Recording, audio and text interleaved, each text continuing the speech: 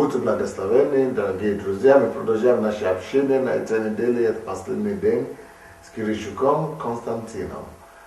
Человек необычной судьбы, но человек года по свободе. Человек года по свободе в 2014 году в сфере медийного влияния. 300, ну, 200, ну, четверть миллиона человек. И после полгода, 3 месяца работы, F-Factor, это музыкальный проект, который они раскручивают. Ну что ж, ты начал найти призвание, да, благодаря пастору Андрею? Да, я начал, еще когда я продолжал заниматься бизнесом, мой бизнес был связан с торговлей, да, и я много ходил в центре Киева.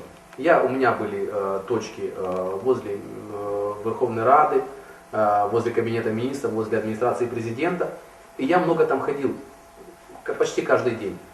И когда я там ходил, я смотрел, что что-то не совпадает. Я смотрю, что люди живут плохо. Здесь же все хорошо.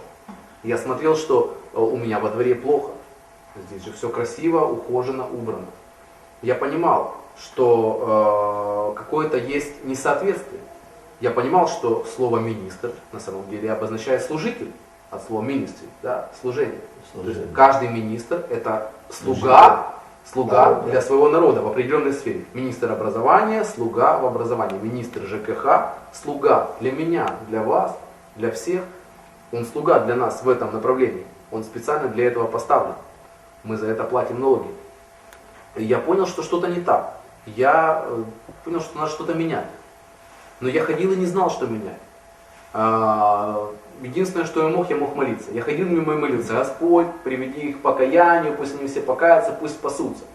Но я понимал, что что-то не то. Я что-то неправильно делаю. Да, я молюсь правильно, но что-то не так, что-то не то. Да. И в моем сердце все больше и больше возникало бремя за это.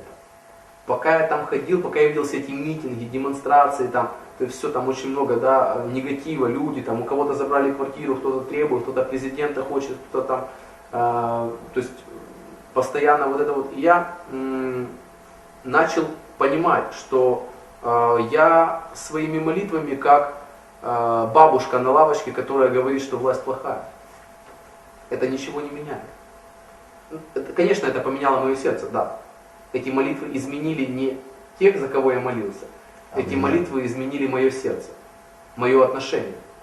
И я понял, что если не я, то кто же?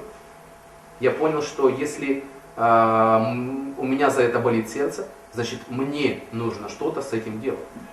Значит, я должен быть ответом в этой земле, в этом направлении.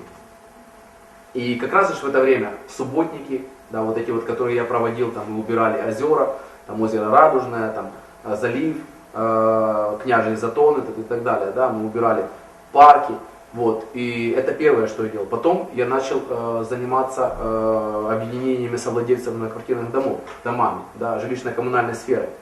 И я тут тоже увидел, что это возможность помогать, служить людям, и это действительно то место, и та возможность, и те действия, это не просто молитва, а это действительно действия, которые вместе с молитвой могут изменить мою страну, да, они могут изменить отношение власти к людям, и они могут изменить отношение людей к власти.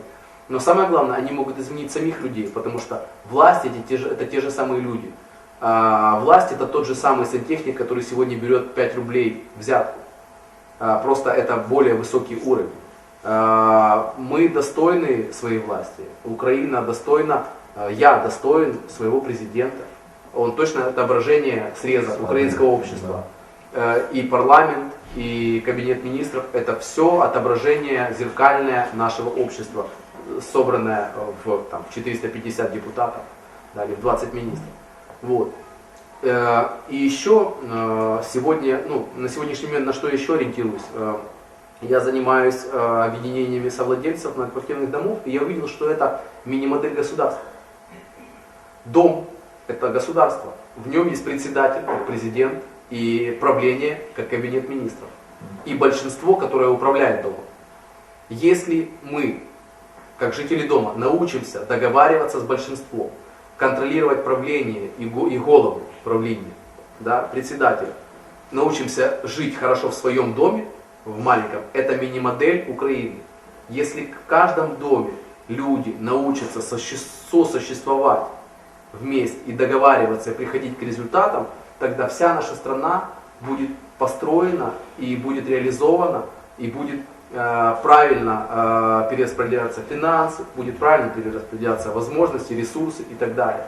Вот. И поэтому сейчас я нацеливаюсь на то, чтобы вот реформировать эту сферу, реформировать сферу ЖКХ, реформировать сферу. Я там сотрудничаю и с Татьяной Монтян, и с Василием Горбалем встречался. То есть, ну, много есть у меня там общих проектов, которые я стараюсь сейчас продвинуть. Да, это тяжело идет, да, это проблематично, да, люди не хотят быть ответственными хозяевами в своем доме, или мало кто хочет. Но во всяком случае, эта проблема решаемая, и ее можно решить, ее можно сдвинуть. И я знаю, что сегодня я не зря в общественном совете, сегодня я не зря имею свою общественную организацию, сегодня не зря со мной разговаривают в администрациях районов, сегодня не зря со мной разговаривают заступники министров, то есть это не зря все, то есть, потому что через это начинаются маленькие изменения. Вода камень точит. По чуть-чуть мы можем изменить многое. Вот.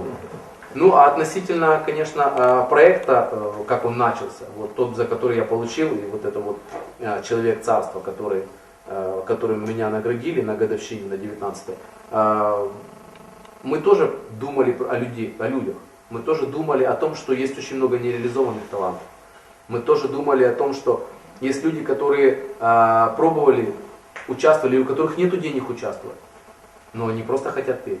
И мы дали им такую возможность, мы дали им площадку, платформу для реализации своего таланта. Почему? Потому что те, кто победит в этом шоу, кроме призов, которые мы обещаем, мы хотим помочь их продвинуть. Это не просто возможность показать свои таланты, это возможность спродюсировать их в последующем. Это возможность продвинуть их, потому что там действительно есть талантливые люди, там действительно есть доли и частицы огромного потенциала, который заложен в этих людях и который просто нужно помочь им высвободить. Потрясающе. Ну что ж, Константин и друзья, я думаю, что вы обогатились, просто общаясь с Константином на этой неделе. Спасибо тебе большое. Спасибо. Я думаю, что это всего лишь знак того, что то, куда Бог тебя ведет, это там, очень высоко. Положив правильные принципы, служение людям,